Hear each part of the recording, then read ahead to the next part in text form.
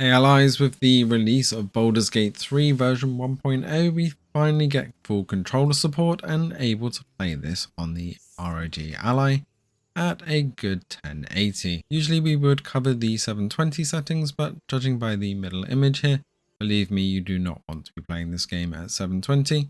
Hats off to you if you can cope with that, but I will not be recommending settings for 720 because I could not find anything I liked.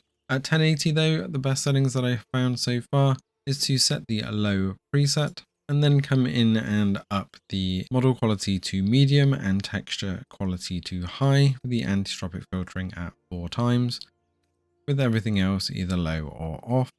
And this will get you 30 frames per second for the most part, but you will also need to be plugged in to get that 30-watt turbo mode.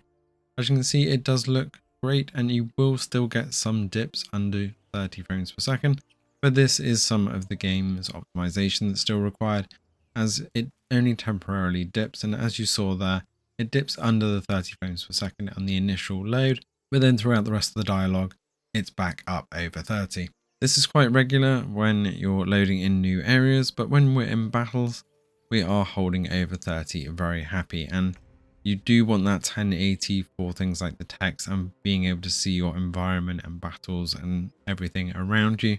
720 things get very blurry, especially if you do enable that FSR to try and keep that battery level at 15 or 18 watts. Even at 720, it still struggles to hold over 30.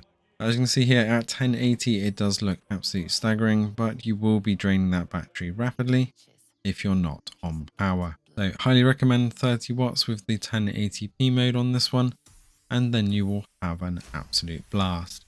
However, if you do want to step it up a notch, GeForce Now really is a spectacular companion to the ROG Ally, meaning that you can run Baldur's Gate at full 120 FPS on full ultra settings with no DLSS, and then you get 120 Hz at a battery drain of under 10 watts.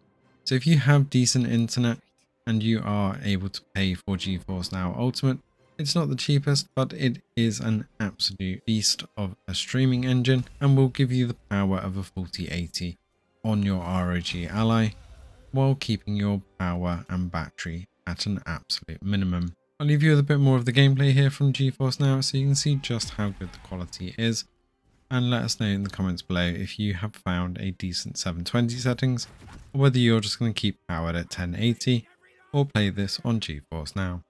Thanks for watching and see you in the next one.